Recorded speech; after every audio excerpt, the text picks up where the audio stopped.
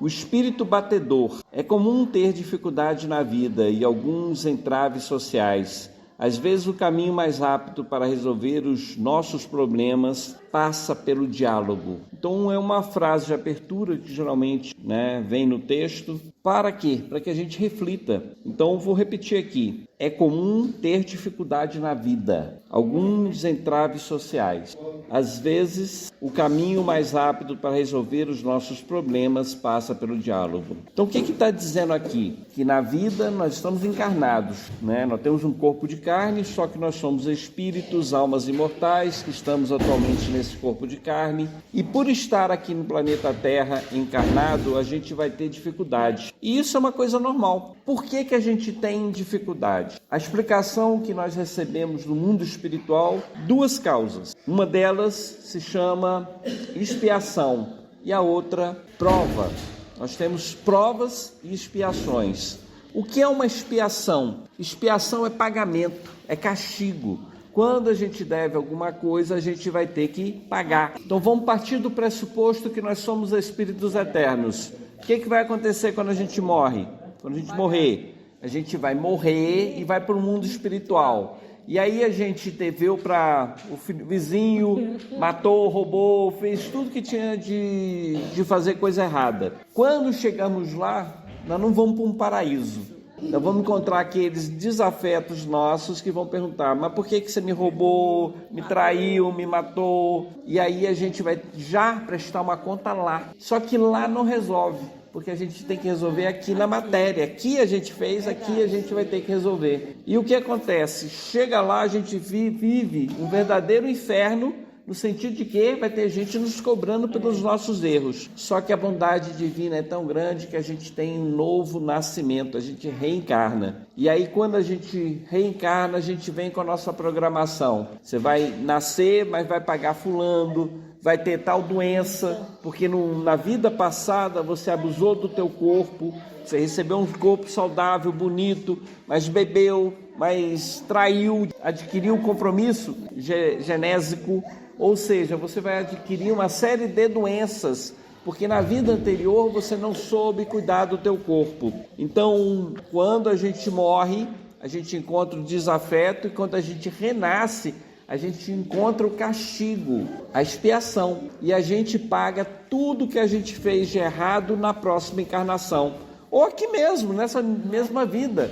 Quantos pais não souberam educar seus filhos, e quando o filho fica adulto, é um filho revoltado, é um filho que não presta atenção na família, não ajuda o pai, não ajuda a mãe. Então, muitas vezes, o abuso que a gente comete, a gente colhe aqui. Quantas pessoas têm dinheiro, só que gasta tudo com bebida, com jogo, com diversão. Aí chega no final do mês, a gente não tem o dinheiro. Chega no final da vida, que é pior, não tem dinheiro nem para o remédio. Então, nós aqui colhemos fruto dos nossos atos. Pode ser na própria encarnação, porque muitas das coisas que a gente faz, a causa está na vida presente, e muito do que a gente faz, a gente só vai colher o problema na vida futura. Isso é expiação. Só que não existe só expiação no mundo, porque a gente vai evoluindo, vai deixando de errar, vai aprendendo. E aí é hora de ser testado. Além de pagar, ainda somos testados. E como é que a gente é testado? Nós somos testados quando a gente, em várias encarnações, teve o vício do álcool, da droga. E aí quando a gente reencarna, vai nascer aonde? Em uma família de drogado e viciado. Mas peraí, eu já me livrei da droga, por que eu vou nascer nessa família? É o teste divino para ver se a gente resiste.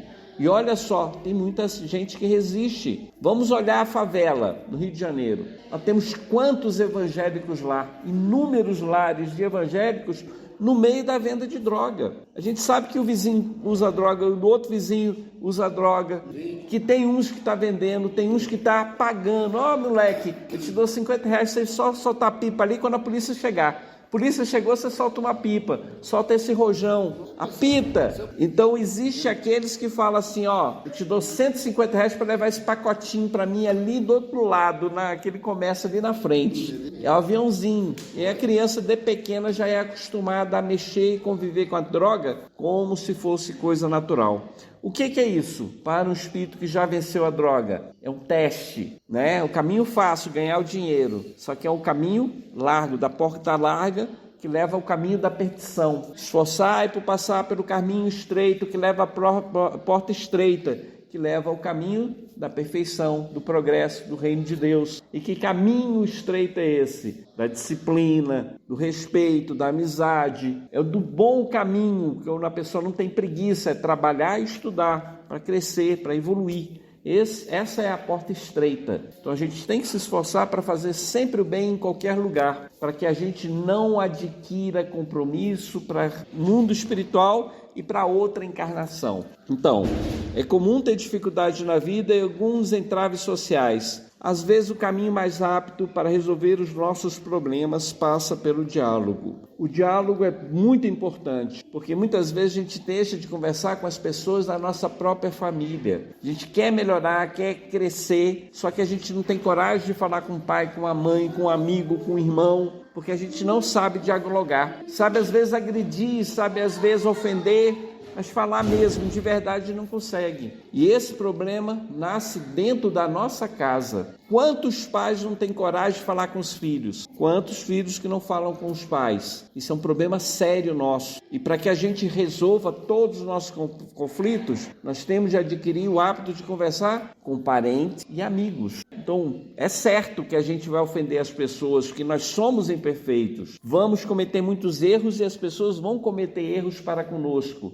Jesus nos fala do perdão. Perdoai o teu próximo como quer que seja perdoado. Então, como o outro erra, nós também erramos. Como a gente pede o perdão para as nossas dívidas, para nossas ofensas, nós temos obrigação de perdoar aquele que nos ofende. Então, o diálogo é muito importante, porque para perdoar, preciso conversar. Preciso ir até a pessoa e expor a minha razão. Às vezes eu tenho algum motivo para fazer o certo ou fazer o errado, mas como é que a outra pessoa vai saber se eu não falar? Então, o diálogo é um caminho. Vamos à nossa historinha aqui, que a ideia hoje é falar uma história e ir parando e conversando. Dia claro, um professor desceu de um carro acompanhado por um homem baixinho e irrequieto. O homem remexia as mãos e olhava de quando em vez para o lado, como se esperasse ser surpreendido a qualquer momento. Ele era o dono da propriedade. Então vamos só entender a história. Está chegando um homem de carro com outro homem. São dois homens que estão chegando de carro. O homem baixinho, que é o dono da propriedade, ele está inquieto, ele está olhando para os lados como se ele estivesse com medo de alguma coisa. O outro homem está calmo. Por meses aquela velha casa esteve completamente abandonada. Todos os antigos moradores alegaram que a casa era mal assombrada. Alguns inquilinos permaneceram por poucos dias, outro por poucas semanas. Nenhum, porém, permaneceu por mais de um ano. Casa mal assombrada, histórias de casa mal assombrada estão no folclore popular, nas histórias de todo o planeta. Por que existe a história da casa mal assombrada? Porque existe espírito. E os espíritos se manifestam, às vezes, nos médios, nas pessoas. Nós temos sensações físicas, a impressão que está chegando um encosto na gente. Nós sentimos a influência espiritual na nossa cabeça. Quando aquela vozinha, contrariando a nossa vontade, insiste que a gente beba, que a gente traia, que a gente minta, que a gente roube. Nós estamos tendo essa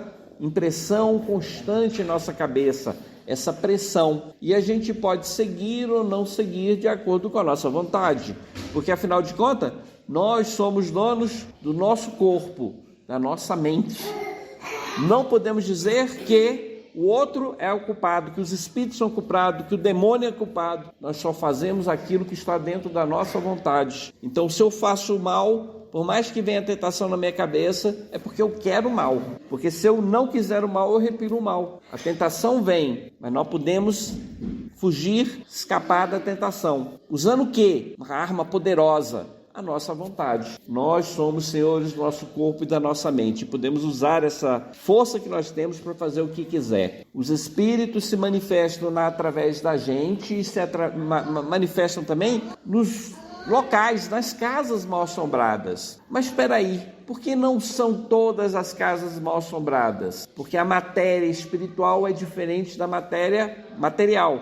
Ou seja, a maioria dos espíritos não conseguem movimentar nenhum objeto, porque a realidade espiritual é outra. E como é que tem alguns espíritos que conseguem? Porque existe uma coisa chamada médio de efeito físico. Então, para que o espírito consiga mexer no objeto, ele precisa de um intermediário, de alguém que solte ectoplasma, fluido magnético, para que eles peguem esse fluido magnético do médio, misture com o fluido magnético deles, misture com o fluido da natureza, e aí ele faz a energia necessária para mexer numa cadeira, a ponto da cadeira dançar, mexer, subir, descer, botar fogo em algum objeto.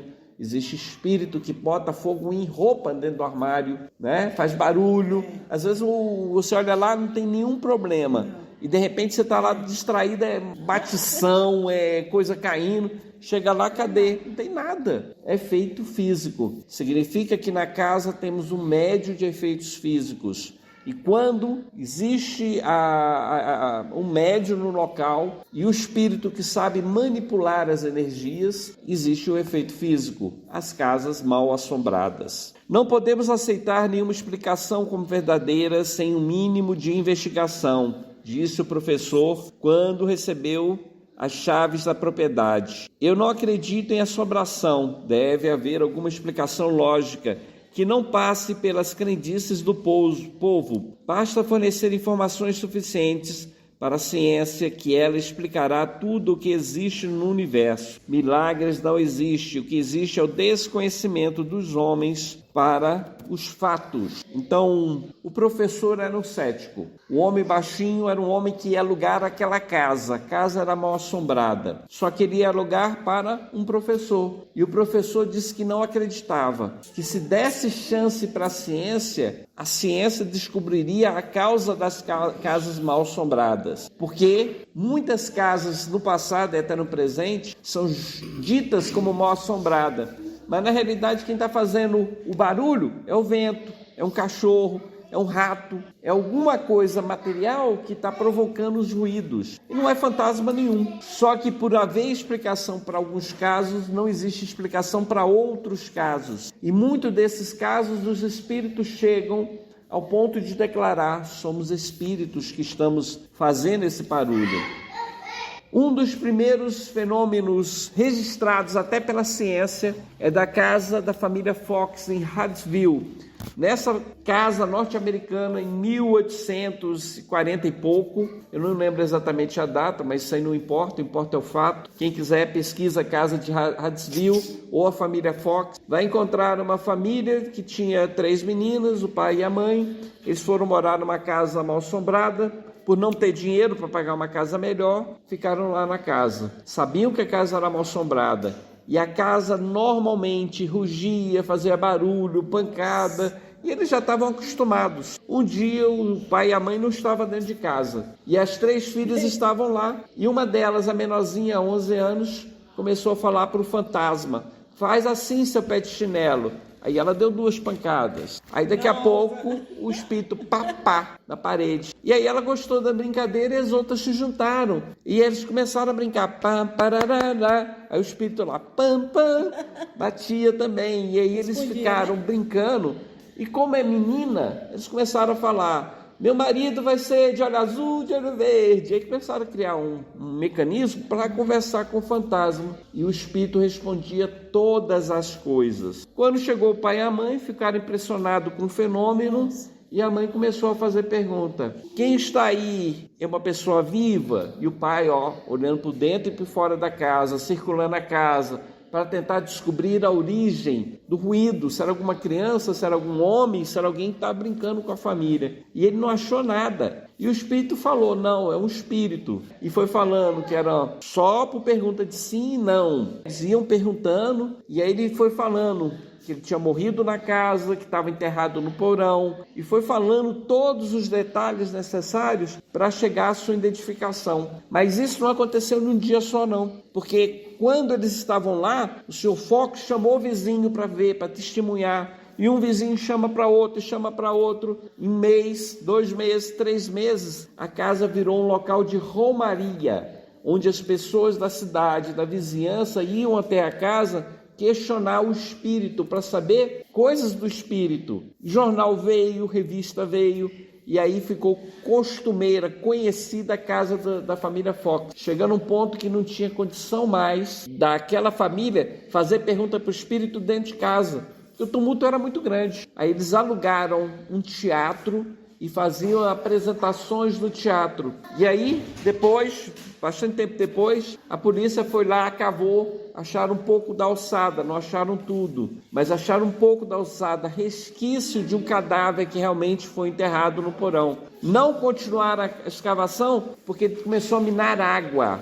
Então não tinha condição de cavar mais, estava tendo água no fundo da casa, no porão da casa. Tá? Fatos como esse se multiplicaram a ponto de pessoas em navios fazerem roda de mediúnica, botar a mão na mesa, chamando os espíritos, e os espíritos trazendo provas de que realmente existia um mundo espiritual. Mas vamos seguir aqui. Respeito a tua opinião, porém lhe alerto, existem situações que estão além da compreensão humana. De qualquer forma, eu lhe aviso, não devolverei o adiantamento do aluguel. Depois, não adianta reclamar. Eu disse que coisas assombrosas acontecem nessa casa. Se o senhor abandonar a propriedade por medo ou por qualquer outra razão, será por vontade própria e não terá direito a qualquer devolução. Isso está presente no contrato que assinamos e eu deixei bem claro em nossa conversa. Quem não observa os avisos depois não pode reclamar. Sofre quem faz a escolha errada, sofre quem tenta ajudar. Tá? Então o dono da propriedade estava alugando a casa e alertou para o inquilino: olha, essa casa é mal assombrada, coisas estranhas acontecem. Se você sair da casa por medo, é problema seu. Se sair por qualquer outra razão, o problema é seu. Você vai perder o dinheiro que você me deu do aluguel. Então o problema é seu, você fica por conta e risco. Então provavelmente ele escolheu um aluguel mais baixo, um professor, porque não podia pagar muito. E o inquilino, o dono da propriedade, também resolveu cobrar um aluguel mais baixo. Porém, se o inquilino fosse embora, o dono, o proprietário, não teria nenhuma responsabilidade de restituir nada. E olha só o que ele coloca aqui: quem não observa os avisos depois não pode reclamar. Sofre quem faz a escolha errada, sofre quem tenta ajudar. Na vida, costumeiramente, a gente recebe avisos. Quem nos avisa? Nosso pai, nossa mãe, um professor, um guarda, um padre, não importa quem seja. Muitas vezes a gente recebe aviso, só que a gente é cabeça dura, quer seguir pela própria vontade. Só que a nossa vontade é fraca, no sentido de que a gente tem a oportunidade de ouvir um conselho e não quer seguir por ser cabeça dura. A mãe fala: não bebe, não fuma, não usa droga, não escuta, não namora tal pessoa que vai dar ruim, aquela pessoa já tem fama ruim, é agressivo, e nós seguimos pela nossa cabeça para depois nos arrepender. Então sofremos porque, em vez de observar o mundo, em vez de ouvir os conselhos, muitas vezes a gente vai pela nossa cabeça e nem raciocina, nem pensa se a pessoa está falando uma coisa certa ou errada. Sofre quem faz a escolha errada e sofre quem tenta ajudar. Essa parte aí a gente fica até com pena, mas é a realidade. Um pai ou uma mãe que vê o filho indo para a droga, para o cigarro, para o sexo desequilibrado, o pai e a mãe sofrem, mas tenta ajudar e não consegue, porque cada um de nós é uma individualidade, nós temos escolha. Então não adianta o pai e a mãe ter consciência, saber que aquilo é errado, se o filho insiste no errado, no erro. E o pior, muitas vezes o pai e a mãe estão com um drogado dentro de casa e o drogado está roubando a mãe e o pai, porque tem que comprar droga. Está roubando uma televisão, está roubando um videogame, está fazendo coisa errada. O pai e a mãe ficam em sobressalto. Ele não tem vício, o pai e a mãe não tem vício.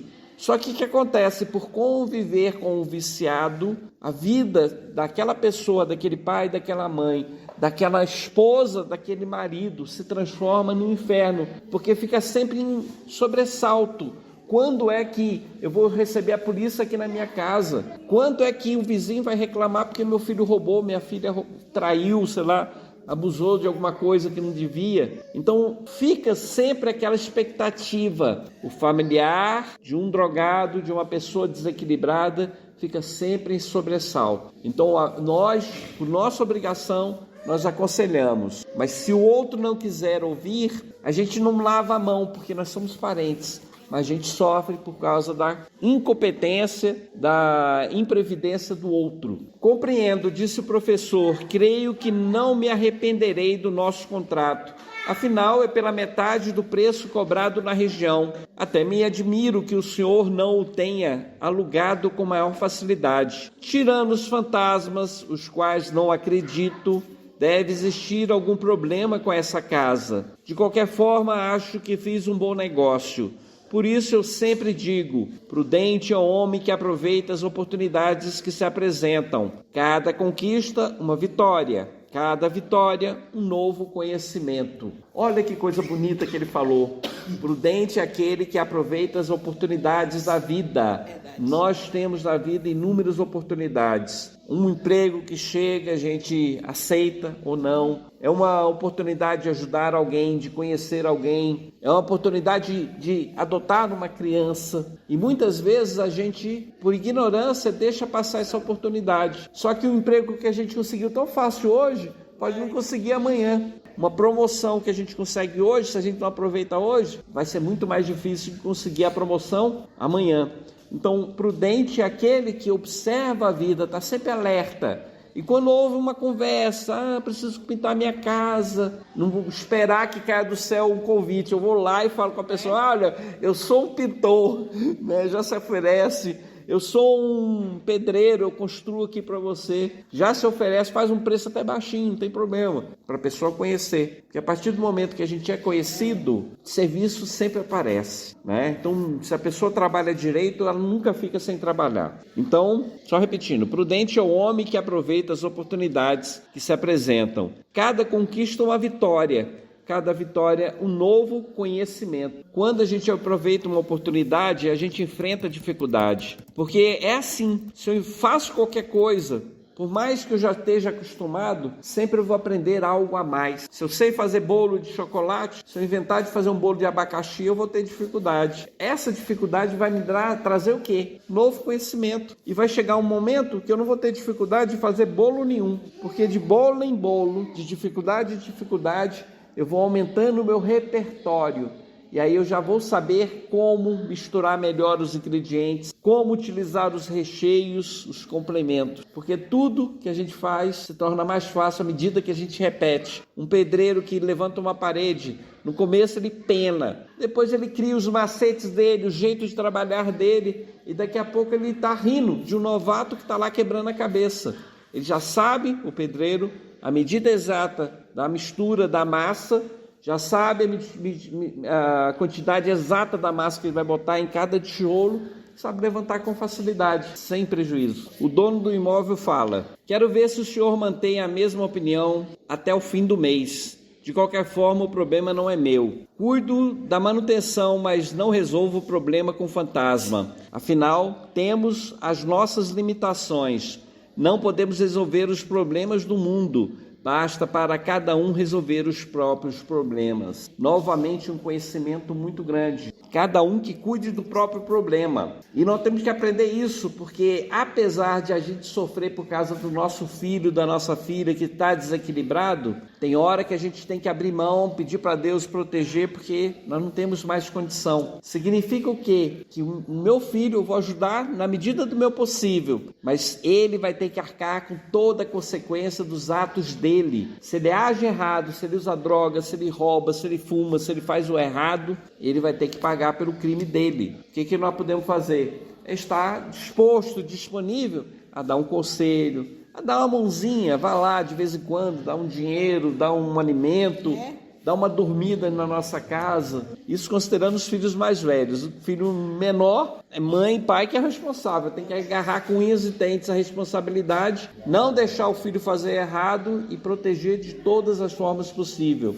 Educar, corrigir, amar, para que o filho possa um dia se libertar. Mas a partir do momento que o filho se liberta, ele vai ter que arcar com toda a responsabilidade dos seus atos. O professor pensou um pouco e depois falou, não concordo com o senhor, vivemos em sociedade e em sociedade temos que viver. Isso significa se alguém está com problema, o problema não é de um indivíduo, mas de todos, pois vivemos em rede com o infinito. Se deixarmos de cuidar da saúde de nossa sociedade, a doença pode se transmitir para outras famílias, até chegar na nossa. Se alguém passa fome, a miséria pode criar marginais para a nossa comunidade. Os crimes que eles cometerem serão de responsabilidade de cada um. Se as crianças não estudam, o problema é de todos, pois as crianças serão aqueles que governarão o mundo. Um mundo de pessoas deseducadas é um mundo de egoístas que produzem guerra, discriminação e sofrimento. De qualquer forma, agradeço a preocupação. Se eu encontrar algum fantasma, mandarei lembranças. Olha só, o professor realmente é um grande educador. Tá certo que cada um arque com sua própria responsabilidade, mas o professor alertou. Nós vivemos em sociedade para quê? Para que uns ajudem os outros. A gente não pode abrir mão, lavar as mãos para o problema do outro, porque o problema do outro é nosso. Porque se o outro não recebe educação, se o outro não recebe alimentação, se o outro não tem oportunidade de trabalho, vai se transformar em um marginal. Pode ser aquele que vai nos roubar. Tivemos a oportunidade de ajudar e não ajudamos. Essa parte aqui ela é bem interessante, principalmente que a gente vê a filosofia de vida norte-americana. Nós encontramos pessoas, e olha que o número está aumentando, pessoas que compram armas e entram em escolas e saem atirando e matando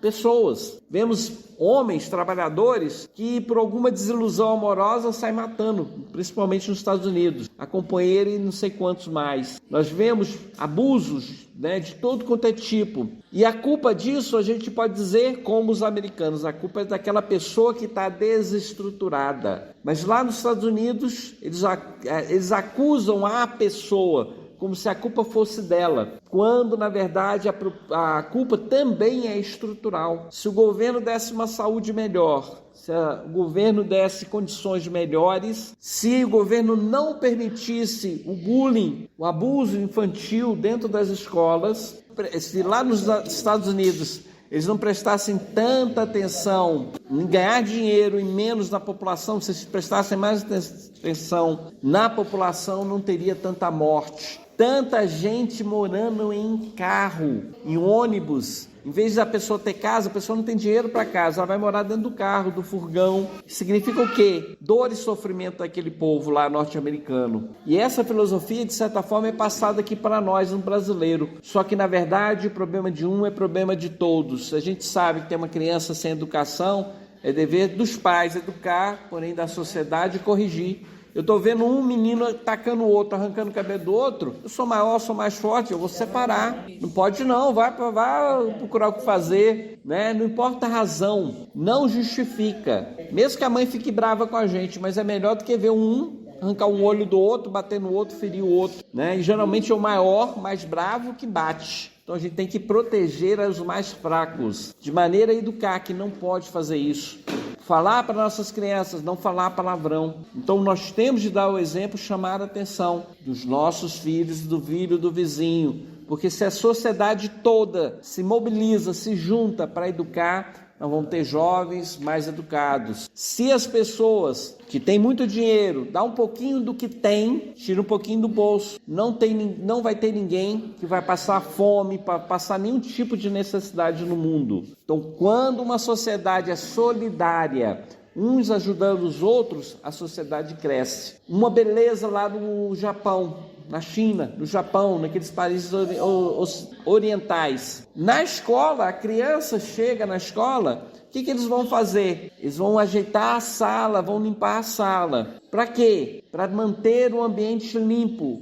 Em algumas escolas não tem faxineiro. Quem é que faz a higiene do banheiro, que limpa o banheiro? São os próprios alunos. De maneira que os alunos já aprendem desde pequeno que não pode sujar. Porque se sujar, vai ser eles mesmos que vão limpar. Então eles criam um hábito de conservar, de ajudar uns aos outros. É uma educação muito boa, muito próspera. Uma sociedade que se ajuda é uma sociedade que evolui mais rápido do que outra. Uma sociedade egoísta É uma sociedade que tem a tendência ao quê? A desaparecer, a implodir. Dito isso, o proprietário entregou a cópia das chaves e dos documentos e saiu apressado, sem olhar para trás. Nem sempre fugimos por medo, mas sim por prudência. O desconhecido alimenta a nossa imaginação. Às vezes é bom, pois nos inspira o progresso.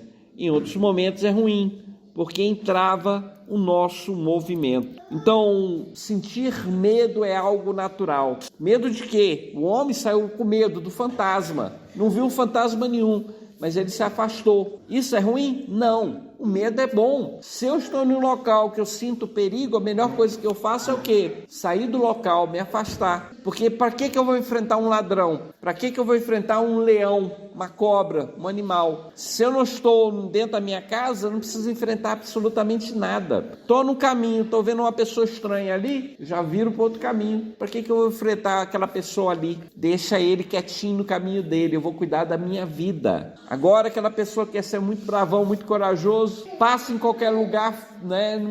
Não tem nenhuma preocupação, vai encontrar o que não quer, faz o que quer, encontra o que não quer, tá? Então a gente tem que agir com prudência, e a prudência é boa, porque cria mecanismo para a gente melhorar, para se defender, se proteger, cria mecanismo para tornar o trabalho mais fácil, e isso é muito bom, tá? Na primeira noite nenhum fenômeno ocorreu, porém noite após noite um clima pesado cobriu toda a residência, como se grossa nuvem se adensasse naquele ambiente. Uma sensação desagradável tornava alerta a mente do professor. Nós somos mais sensíveis do que imaginamos.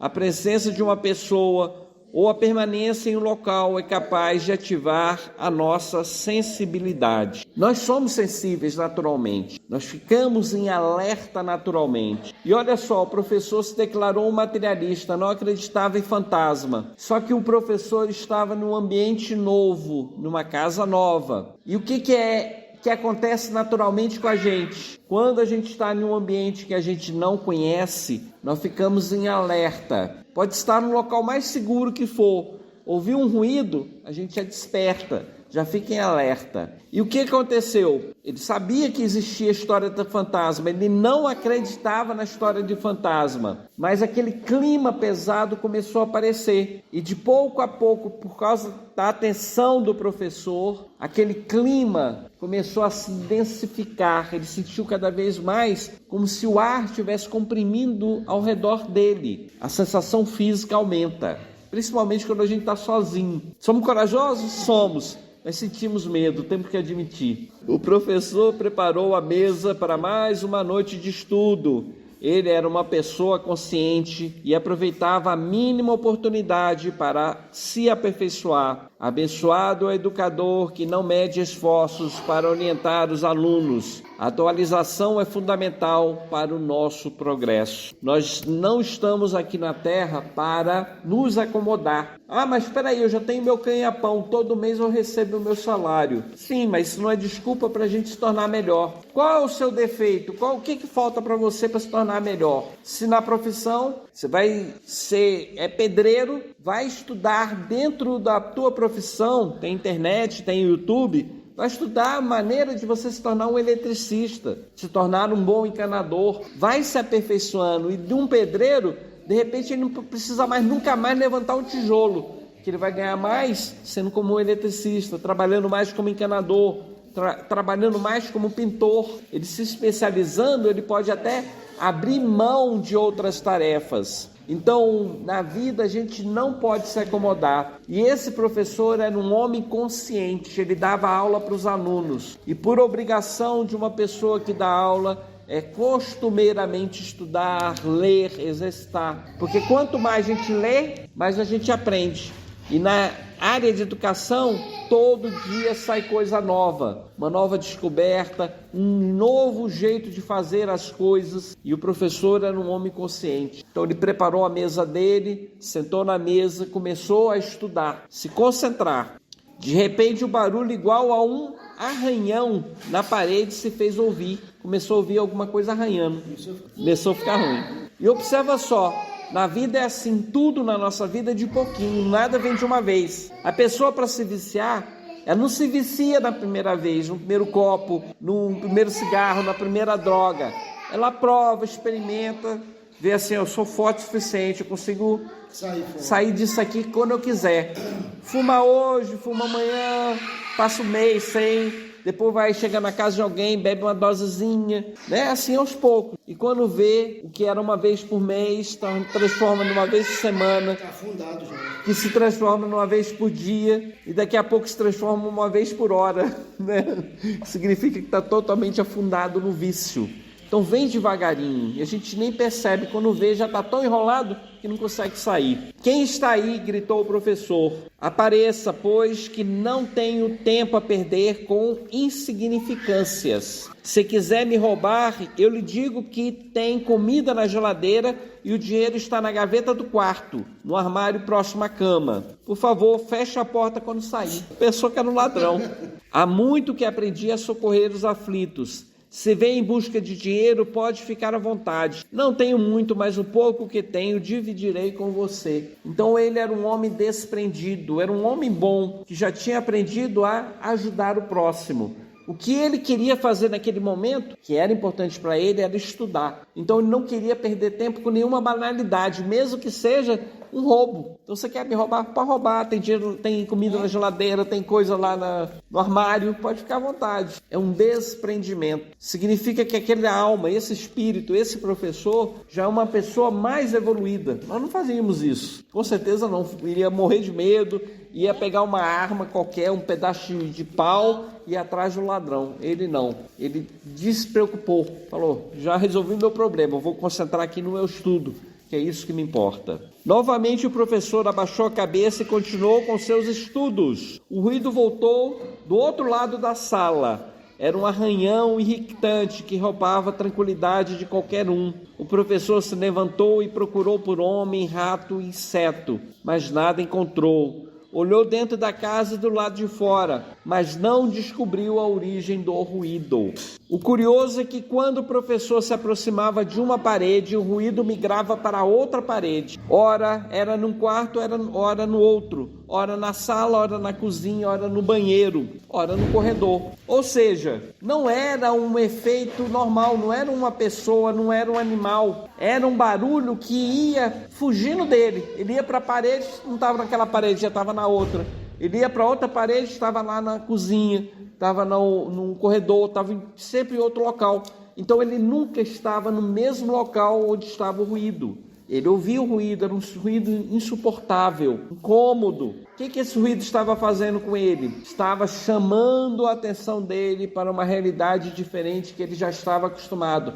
A realidade que nós estamos acostumados é não ouvir nada, não sentir nada, não perceber nada. Porém, em alguns momentos da nossa vida, nos tornamos mais sensíveis para o mundo espiritual. Que momentos são esses? Na infância, pequenos, muitas vezes as crianças conversam com espíritos, brincam com a imaginação, com amiguinhos fantasmas, com um amiguinho imaginário, e na verdade é espírito. Então é normal na infância acontecer isso.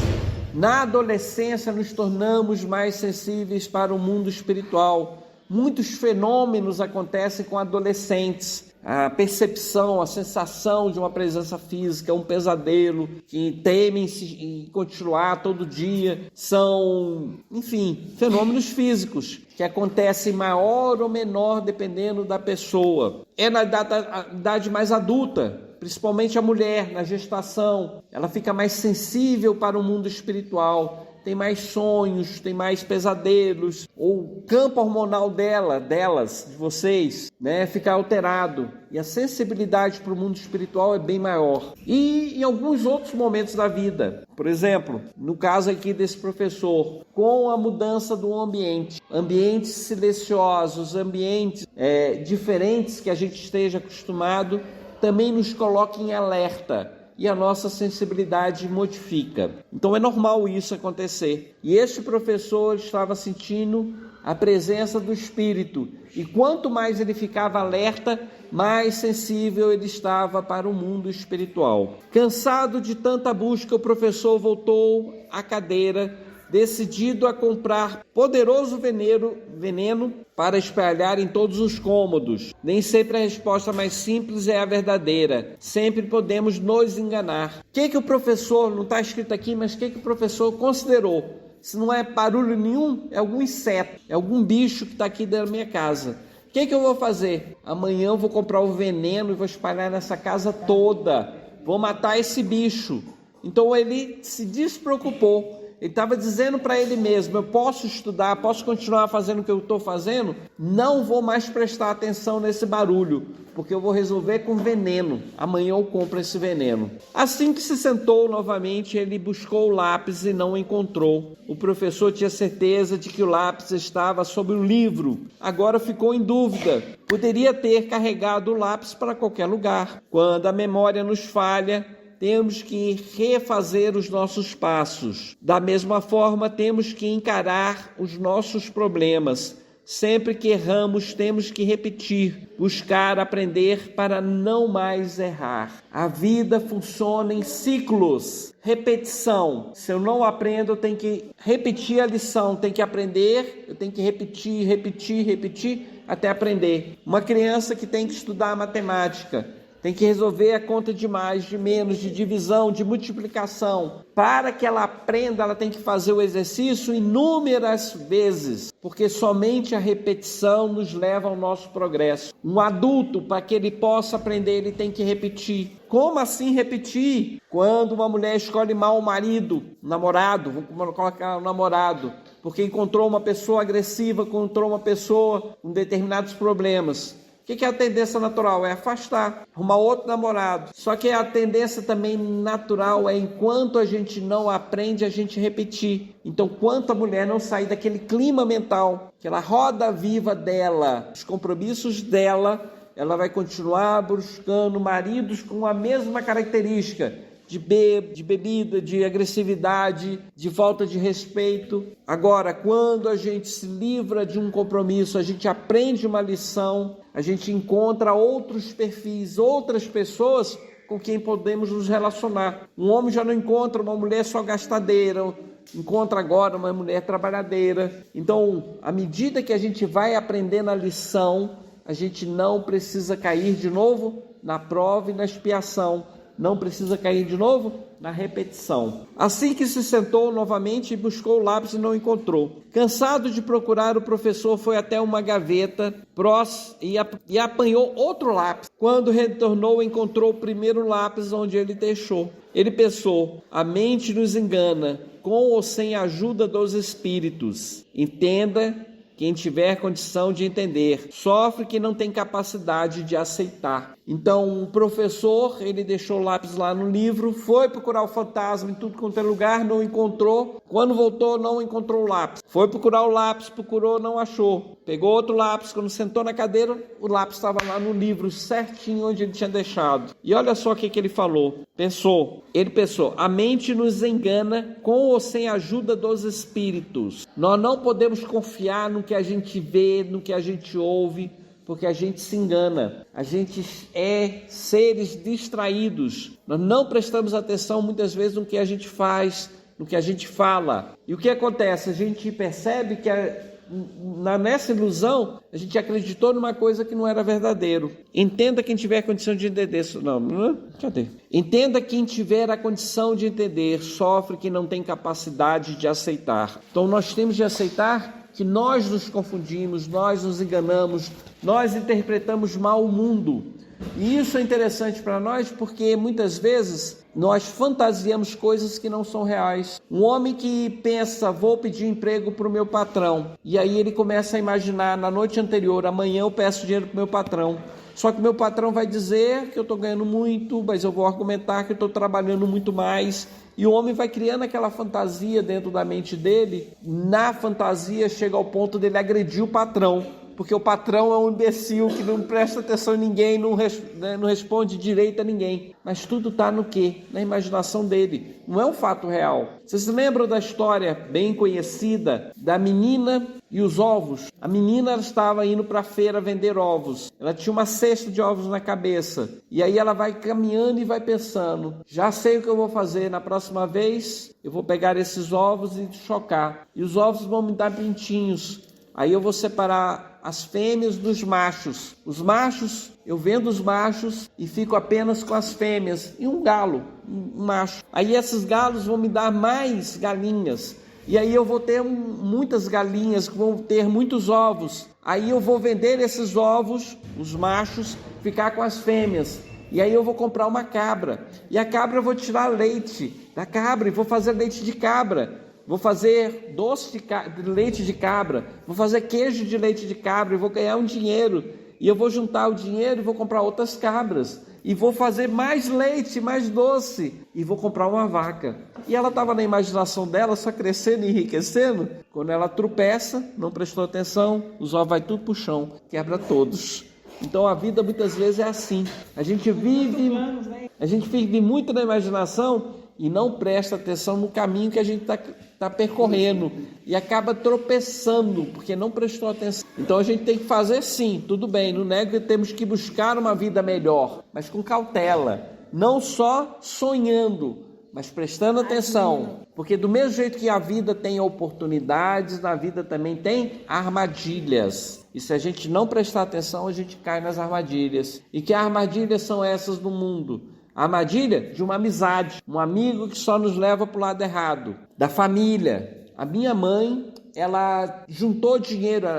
Eu sou de Brasília, nasci em Brasília, fui criado em Brasília. Brasília, ela era tipo uma favela no começo. Significa o quê? De dia faltava água, de noite faltava luz, tá? Tinha muito roubo, tinha muita dificuldade em Brasília. E Brasília começou a crescer, foi evoluindo. Eu nasci em 67. Brasília inaugurou em 60, mas a minha mãe fala que quando ela estava lá em Brasília, estava na casa dela, na 410 Sul, ela teve a oportunidade de juntar dinheiro para comprar casa no Guará. Ela teve dinheiro para pagar praticamente à vista. E as irmãs dela falavam assim, não compra lá não, no Guará, porque lá é só uma favela, só tem gentinha lá, só gente que não presta. E aí ela acabou gastando dinheiro com outras coisas, porque ela foi na cabeça dos irmãos, das irmãs dela. Passou um pouquinho, já tinha passado muito tempo, no sentido de que Guará já era valorizada, ela não tinha dinheiro mais para comprar no Guará. Mas ela juntou um pouquinho de dinheiro mais